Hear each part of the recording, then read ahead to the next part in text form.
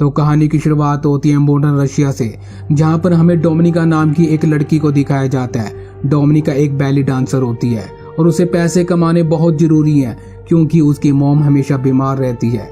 उनके इलाज के लिए हमेशा उसे पैसों की जरूरत पड़ती रहती है और जब एक दिन वो परफॉर्म कर रही होती है तो उसका पार्टनर गलती से उसके पैर के ऊपर चढ़ जाता है, जिस वजह से उसके पैर की हड्डी टूट जाती है और इस एक्सीडेंट के साथ उसका डांसिंग करियर हमेशा के लिए खत्म हो जाता है। और इसलिए उसे बहुत ज्यादा दुख होता है क्योंकि उसे नहीं पता कि अब वो पैसे कैसे कमाएगी और अपनी मॉम का इलाज कैसे करवाएगी।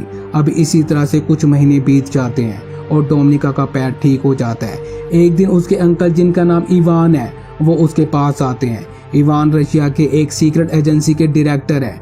वो डोमिनिका से कहते हैं कि मुझे तुम्हारी मदद की जरूरत है, क्या तुम मेरे साथ काम करोगी? पर डोमिनिका साफ मना कर देती है। अब यहाँ पर उसके अंकल उसे बताते हैं कि तुम्हारे पैर का एक्सीडेंट नहीं हुआ था, बल्कि जानबूझकर एक प्लान के साथ तुम्हारी पैर की हड्डी को तोड़ा गया था और जिसने ये काम किया था वो तुम्हारी ही दोस्त है। उसने ये सब इसलिए किया था ताकि वो डांसिंग में तुम्हारी जगह ले सके। अब ये सुनकर डोमिनिका को बहुत गुस्सा आता है। वो उसी समय अपनी उस दोस्त के घर चली जाती है और उसे बहुत बुरी तरह से मारती है। इसके बाद दिखाया जाता है कि वो एक बार फिर से अपने अंकल से मिलती है और उनसे पूछती है कि मुझे क्या करना होगा।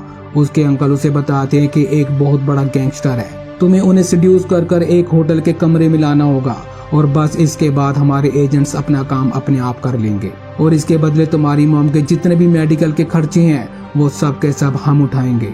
अब ये सुनकर डोमिनिका उनकी बात मान जाती है। इसके बाद दिखाया जाता है कि डोमिनिका उस गैंगस्टर से एक बार मिलती है जहाँ पर वो उसे सेड्यूस करती है और फिर वो गैंगस्टर उसे होटल के एक कमरे में ले जाता है, लेकिन अभी तक वहाँ पर कोई भी नहीं पहुंचा होता और इसलिए वो आदमी उसकी जबरदस्ती इज्जत लूट लेता है, जिससे डोमिनिका को बहुत दुख होता है क्योंकि उसे उस आदमी को सिर्फ सेड्यूस करना था। अब कुछ ही देर बाद यहाँ पर एजेंट्स भी आ जाते हैं और उस गैंगस्टर को मार देते हैं, लेकिन डोमिनिका के साथ जो कुछ हुआ है उस वजह से वो टूट चुकी है। वो अपने अंकल के पास जाती है और कहते हैं कि आज के बाद मैं ये काम कभी भी नहीं करूंगी। उसके अंकल को इस बात से कोई भी फर्क नहीं पड़ता कि उसकी इज्जत लुट चुकी है। उसके अंकल उसे कहते हैं कि अब तुम्हें हमारी राज के बारे में पता चल चुका है कि हम किस तरह से काम करते हैं और इसका मतलब ये है कि तुम अब सीक्रेट एजेंसी का एक हिस्सा बन चुकी हो। तुम्हें अब हमारे साथ काम करना ही पड़ेगा और अगर तुमने मना किया या धोखा दिया तो तुम्हें मार दिया जाएगा क्योंकि तुम हमारे सारे राज जान चुकी हो। वहीं दूसरी तरफ हमें मॉस्को में नेथ नाम के एक लड़के को दिखाया जाता है जो कि एक अमेरिकन जासूस है, यानी कि वो CIA का एजेंट है। नेथ एक आदमी से मिलता है जिसे वो मार्वल कहकर बुलाता है। दरअसल मार्वल नेथ को खबरें देने का काम करता है और वो उसे कुछ खबर देकर वहां से चला जाता है, लेकिन तभी वहां पर पुलिस आ जाती है और नेथ नहीं चाहता कि उसे खबर देने वाला मार्वल पकड़ा जाए, इसलिए नेथ गोलियां चलाने लगता है जिससे कि पुलिस का ध्यान उसकी तरफ हो जाता है और फिर मौका देकर मार्वल उस जगह से भाग जाता है। लेकिन नेथ को पकड़ लिया जाता है और उसे वापस अमेरिका भेज दिया जाता है। पर नेथ एक बार फिर से रशिया जाना चाहता है, लेकिन जो उसके सीनियर्स होते हैं वो नेथ से कहते हैं कि तुम इस बार रशिया नहीं बल्कि बुडापेस्ट जाओगे ताकि तुम एक बार फिर से मार्वल से मिल सको।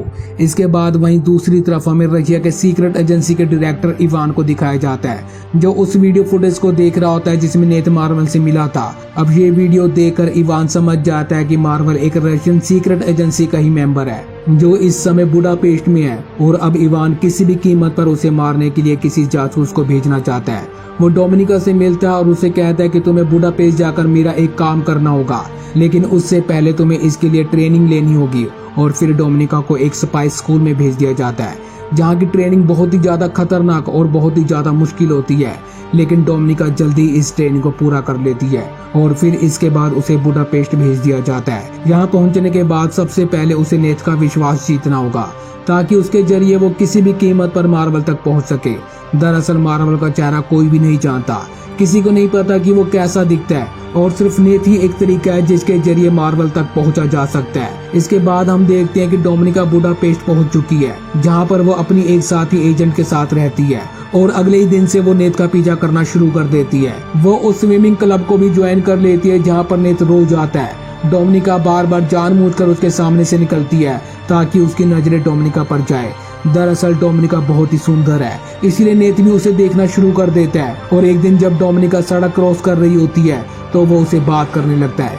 नेथ को कहीं ना कहीं डोमिनिका के ऊपर शक है। डोमिनिका जब अगले दिन स्विमिंग क्लब जाती है तो वो देखती है कि वहाँ पर उसका आईडी कार्ड नहीं है। दरअसल नेत उसका आईडी कार्ड निकाल कर अपने साथ ले गया होता है और अब नेत को पता चल चुका है कि डोमिनिका एक रशियन सिपाही है, लेकिन फिर भी नेत बार बार उससे मिलता है। हालांकि उसे पता है कि डोमिनिका भी बार बार उससे इसलिए मिलती है ताकि वो मार्वल के बारे में इंफॉर्मेशन निकाल सके।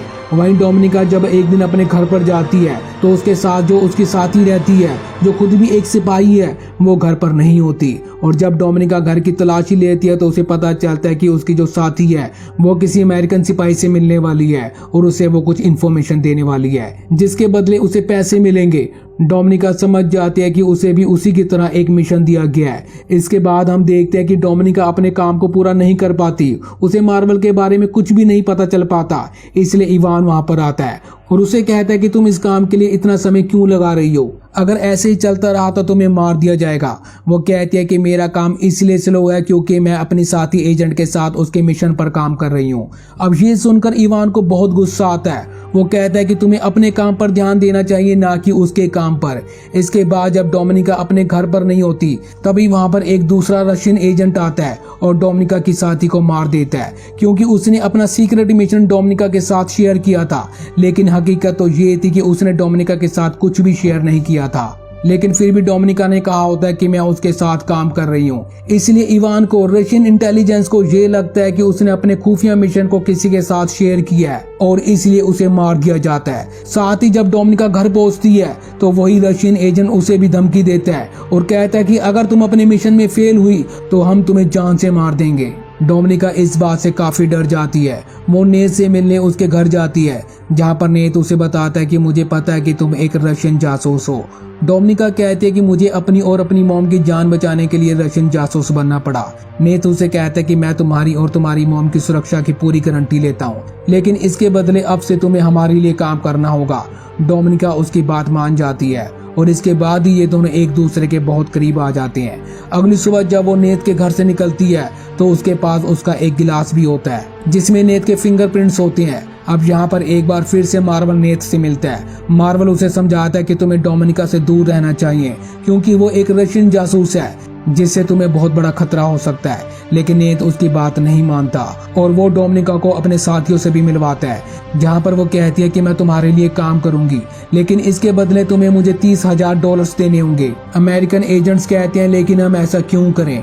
डोमिनिका कहती है क्योंकि मैं तुम्हारी मदद कर सकती हूँ। जिस लड़की के साथ में रहती थी वो एक रशियन एजेंट थी और उसे एक मिशन दिया गया था, जिस मिशन के तहत उसे यूएस के एक चीफ स्टाफ से मिलना था जो उसे अमेरिका के बारे में बहुत सारी इंफॉर्मेशन देने वाली थी। लेकिन उसकी अब मृत्यु हो चुकी है और अब वो मिशन मुझे दे दिया गया है, इसलिए मैं तुम्हारी इसमें मदद कर सकती हूँ। ये सुनने के बाद वो उसे पैसे देने के लिए मान जाते हैं और अब डोमिनिका सैनिटर के चीफ स्टाफ से मिलती है जो उसे एक डिस्क देती है। दरअसल डोमिनिका और सैनिटर चीफ स्टाफ के ऊपर रशियन के साथ साथ अमेरिकन जासूस भी नजर रख रहे होते हैं। डोमिनिका ने जो डिस्क ली होती है वो उसे किसी तरह से बदल देती है और नेत तक पहुंचा देती है। अमेरिका सैनिटर की चीफ स्टाफ जब बाहर जाती है तो उसे चारों तरफ से घेर लिया जाता है। दरअसल ये सब के सब अमेरिकन जासूस हैं, इसलिए वो समझ जाते हैं कि उसका खेल अब खत्म हो चुका है। वो वहां से भागने की कोशिश तो करती है लेकिन वो चारों तरफ से घिरी हुई है और तभी उसका एक्सीडेंट हो जाता है जिस वजह से उसकी मृत्यु हो जाती है। उसकी मौत से रशियन को बहुत बड़ा झटका लगता है क्योंकि वो उनके लिए बहुत अच्छे से काम करती थी, उन्हें इंफॉर्मेशन ला कर दिया करती थी। और अब इवान को डोमिनिका और उसके सीनियर पर शक हो जाता है क्योंकि इस मीटिंग के बारे में डोमिनिका और उसके सीनियर को ही पता था। इसके बाद इन दोनों को वापस बुलाया जाता है जहां पर इन दोनों को बहुत ज्यादा टॉर्चर किया जाता है। डोमिनिका के सीनियर की मौत हो जाती है लेकिन डोमिनिका अब भी जिंदा है। वो यहाँ पर इवान को बताती है कि मैंने ये सब इसलिए किया ताकि मैं नेत का भरोसा जीत सकूं और किसी तरह से मैं मार्वल तक पहुंच जाऊं। नेत का भरोसा मैंने जीत लिया है और अब मैं जल्दी मार्वल तक पहुंच जाऊंगी। यहाँ पर इवान उसकी बातों में आ जाता है और वो उसे एक बार फिर से बुडापेस्ट भेजने के लिए तैयार हो जाता है। पर बुडापेस्ट जाने से पहले वो इवान के घर आती है जहाँ पर वो कुछ पलों के लिए उसे सेड्यूस करती है। इवान को उस पर शक है इसलिए वो बुडापेस्ट डोमिनिका के पीछे अपना एक जासूस भेज देता है। अब डोमिनिका बुडापेस्ट पहुंचते ही सबसे पहले वो नेत से मिलती है। नेत उसे देखकर बहुत खुश होता है और उसे अपने गले से लगा लेता है। वो नेत को सब कुछ बता देती है लेकिन नेत अभी भी उसे मार्वल के बारे में कुछ नहीं बताता। पर नेत अब उसे बहुत पसंद करने लगा है, इसलिए एक बार फिर से ये दोनों एक दूसरे के करीब आ जाते हैं और फिर ये दोनों एक साथ सो जाते हैं। पर जब डोमिनिका की नींद खुलती है तो वो देखती है कि उसके सामने वही एजेंट है जिसे डोमिनिका के पीछे रशिया से भेजा गया था और उसने नेथ को पकड़ा हुआ है क्योंकि वो किसी तरह से उसे मार्वल का नाम और उसकी पहचान उसे जानना चाहता है, लेकिन नेथ उसे अभी भी कुछ नहीं बताता। इसके बाद हम देखते हैं कि डोमिनिका भी नेथ को मारने लगती है और उसे मार्वल का असली नाम पूछती है और फिर उसे टॉर्चर करते करते अचानक से ही वो उस रशियन जासूस के ऊपर हमला कर देती है और उसे जान से मार देती है। लेकिन इस बीच ये दोनों घायल हो जाते हैं। इसके बाद डोमिनिका और नेथ को हॉस्पिटल में दिखाया जाता है। अब यहाँ पर रशिया के जनरल जो कि इवान के सीनियर हैं, डोमिनिका जिन्हें पहले से जानती है, वो डोमिनिका से मिलने के लिए आते हैं और उसे कहते हैं कि मैं जानता हूँ कि नेथ ने तुम्हें मार्वल के बारे में कुछ भी नहीं बताया और जिस जासूस को हमने तुम्हारे पीछे भेजा था उसे भी तुमने ही मारा है और बहुत सारी ऐसी बातें हैं जो तुमने हमसे यानी कि रशिया से छुपाई हैं। लेकिन डोमिनिका कहते हैं कि मैंने कुछ भी नहीं छुपाया। जनरल कहते हैं कि तुम्हें मुझसे डरने की जरूरत नहीं है और जिस मार्वल की तुम्हें तलाश है, जिसे नेथ बचाने की कोशिश कर रहा है, वो कोई और नहीं बल्कि मैं ही हूँ। एक दिन मेरी पत्नी बहुत ज्यादा बीमार थी और एक अमेरिकन डॉक्टर था जो मेरी पत्नी को बचा सकता था, लेकिन मुझे इसके लिए परमिशन नहीं दी गई क्योंकि उन्हें ऐसा लग रहा था कि मेरी सच्चाई उस डॉक्टर को यानी कि अमेरिकन को पता चल जाएगी और इलाज ना होने की वजह से मेरी पत्नी की मृत्यु हो गई। ये पूरा का पूरा सिस्टम करप्टेड है और इस हादसे के बाद मैंने रशिया का साथ देना छोड़ दिया और एक डबल एजेंट बनकर अमेरिका के साथ और रशिया दोनों के साथ काम करना शुरू कर दिया। और आज तुम्हारे जो भी हालात हैं वो सिर्फ तुम्हारे अंकल इवान की वजह से हैं, क्योंकि अगर वो चाहते तो तुम्हें इन सब चीजों से दूर रख सकते थे, लेकिन उन्होंने ऐसा नहीं किया। अब यहाँ पर मार्वल कहता है कि तुम मेरी सच्चाई रशिया की खुफिया एजेंसी को बता सकती हो, जिससे मैं पकड़ा जाऊंगा और तुम एक नेशनल हीरो बन जाओगे और फिर तुम मेरी ही तरह अमेरिका के साथ और रशिया के साथ दोनों के साथ एजेंट बनकर काम कर सकती हो और रशिया की इस करप्टेड एजेंसी को खत्म कर सकती हो। दरअसल जनरल ने डोमिनिका को ये सब कुछ इसलिए बताया होता है क्योंकि वो जानते हैं कि वो बहुत जल्दी पकड़े जाएंगे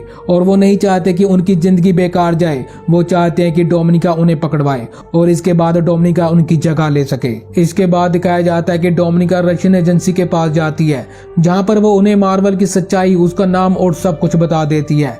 अब यहाँ पर हम देखते हैं कि रशियन एजेंट जनरल को नहीं बल्कि इवान को पकड़ लेते हैं क्योंकि उसने इवान का नाम बताया होता है कि इवान ही मार्वल है और साथ ही साथ उसने बहुत सारे सबूत भी इकट्ठे कर रखे होते हैं, जिसमें सबसे पहला सबूत ये होता है कि उसने इवान के नाम का एक अकाउंट खुलवाया होता है जिसमें उसने अमेरिकन से $30,000 डलवाए थे और जब वो इवान के घर गई थी तब वो गिलास जो नेथ के घर से लाई थी जिस पर नेथ के फिंगरप्रिंट्स थे वो उसने अपने अंकल इवान के घर छोड़ दिया था, जिससे ये साबित होता है कि इवान और नेथ आपस में मिले हुए हैं। दरअसल डोमिनिका शुरू से ही इवान को अपने इस जाल में फंसा रही थी और इवान पूरी तरह से उसके जाल में फंस चुका है और अब वो चाहकर भी अपनी बेगुनाही साबित नहीं कर सकता। इसके बाद दिखाया जाता है कि रशियन एजेंट इवान को खत्म कर देते हैं और डोमिनिका ने मार्वल का पर्दाफाश किया होता है, इसलिए उसे प्रमोशन मिल जाती है और अब वो रशिया में अपनी मॉम के साथ बहुत खुश है। पर डोमिनिका आज भी नेथ को याद करती है क्योंकि वो नेथ को बहुत पसंद करती है। अब इसके बाद हम देखते हैं कि डोमिनिका को एक अननोन नंबर से कॉल आती है।